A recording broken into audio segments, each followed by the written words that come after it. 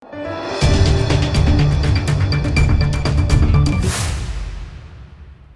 દર્શક મિત્રો, આપ જોઈ રહ્યા છો લોકમૈત્રી ન્યૂઝ. હું છું એન્કર અર્પિતા પટેલ. હવે જોઈએ અગત્યના સમાચાર. શ્રીરંગ અમરનાથ ટ્રસ્ટ દ્વારા આગામી અમરનાથ યાત્રાનો પ્રારંભ થનાર છે, જેમાં વડોદરાથી શ્રીરંગ અમરનાથ ટ્રસ્ટ છેલ્લા 2 વર્ષથી અમરનાથ યાત્રામાં આવતા ભક્તો માટે ભંડારાનું આયોજનને લઈને પત્રકાર પરિષદ યોજાઈ હતી. બાબા અમરનાથ યાત્રા 3 જુલાઈથી શરૂ થઈ રહી છે, જે 38 દિવસની હશે અને 9 ઓગસ્ટ રક્ષાબંધનના દિવસે સમાપ્ત થશે. ત્યારે વડોદરાથી શ્રીરંગ અમરનાથ ટ્રસ્ટ દ્વારા છેલ્લા 2 વર્ષથી સેવા આપવામાં આવી રહી છે અને આ યાત્રા ગૌરીશંકર મંદિર પહેલગાંવથી અમરનાથ યાત્રાનો પ્રારંભ થાય છે અને યાત્રામાં મોટી સંખ્યામાં ભક્તો આવતા હોય છે. ત્યારે આવનાર શિવ ભક્તોને શુદ્ધ અને સાત્વિક ભોજન મળી રહે તે માટેથી સેવા આપવામાં આવી રહી છે. આ ભંડારામાં રોજ 10,000થી વધુ શિવ આ ભંડારામાં લાભ લે છે. આ શ્રીરંગ અમરનાથ ટ્રસ્ટ દ્વારા આવતીકાલે 22 જૂનના રોજ ટ્રકમાં અમરનાથ સેવા આપવા જનાર છે. વડોદરાની વિવિધ સંસ્થા દ્વારા અનાજ અને ફંડની સેવા આપવામાં આવે છે.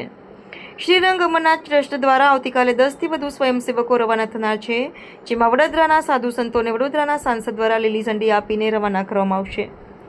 શ્રીરંગ અમરનાથ ટ્રસ્ટ દ્વારા ભંડારા માટે તમામ પ્રકારની તૈયારીઓ અને સુવિધાઓ રાખવામાં આવી છે, જેમ કે આવનાર શિવ ભક્તો માટે સ્વાસ્તિક ભોજન સાથે ચા પાણી નાસ્તો અને જમવાનું શુદ્ધ અને શાકાહારી મળી રહે. સાથે ભંડારાના પરિષદમાં ફાયર સેફ્ટીની પણ સુવિધા રાખવામાં આવી છે.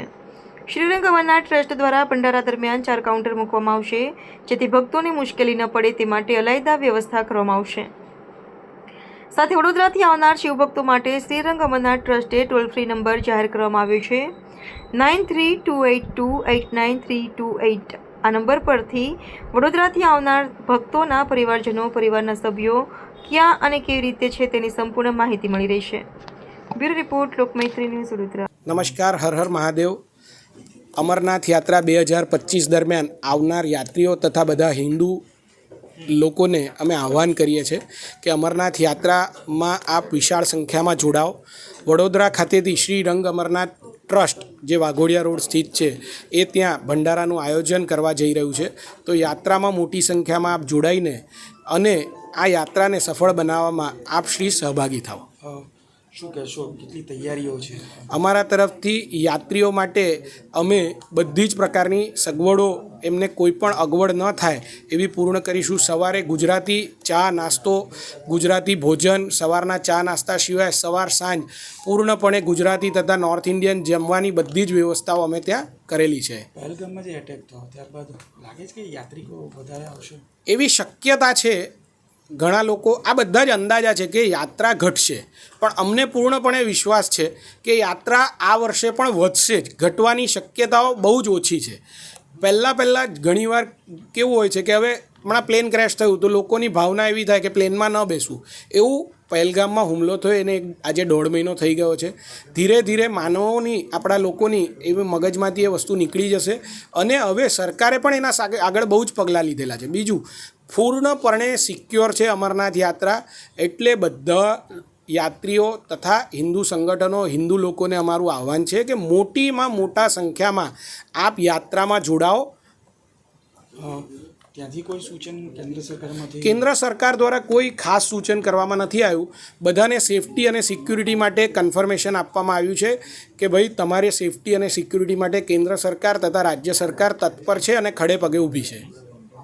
નંબર તમને એ રીતે ઉપયોગી થઈ શકે, તમારા ઘરેથી કોઈ યાત્રામાં ગયું છે, એનો ત્યાં કોન્ટેક્ટ. જમ્મુ કાશ્મીરમાં એક તો પહેલાં પ્રીપેડ કાર્ડ્સ ચાલતા નથી, એટલે ઘણા લોકોના ફોન ચાલે નહીં. તો જ્યારે નાની મોટી કોઈ પણ ઘટના ઘટે છે, એટલે જરૂરી નથી કે આતંકવાદી હુમલો છે, વરસાદ પડે કે કોઈ કુદરતી આફત પણ આવે અને લોકોનો સંપર્ક વિહોણા થાય લોકો અહીંથી પોતાના ફેમિલીથી, તો ફેમિલીને અહીંયા ચિંતા થાય કે મારા ઘરેથી જનાર વ્યક્તિ ક્યાં હશે, કેવું હશે. તો જે પ્રોસિજર છે, યાત્રીનું રજિસ્ટ્રેશન થયેલું હોય છે, એનામાં બારકોડિંગમાં એક ક્યાંથી પસાર થયો છે ને એ બધી જ જાણકારી અમે ત્યાંથી મેળવીને યાત્રીના ઘર સુધી પહોંચતી કરીશું, જેથી કરીને યાત્રામાં આવેલ યાત્રી ક્યાં છે, સુરક્ષિત છે કે નહીં, એ બધી જાણકારી એના ઘરવાળાઓને મળી શકે. હું ફરી વખત એ નંબર બોલું છું 9328289328. લોકમૈત્રી ન્યૂઝ સાથે જોડાયેલા રહેવા અમારા યુટ્યુબ ચેનલને સબસ્ક્રાઇબ કરી ફેસબુક અને ઇન્સ્ટાગ્રામ પેજને લાઇક અને શેર કરો.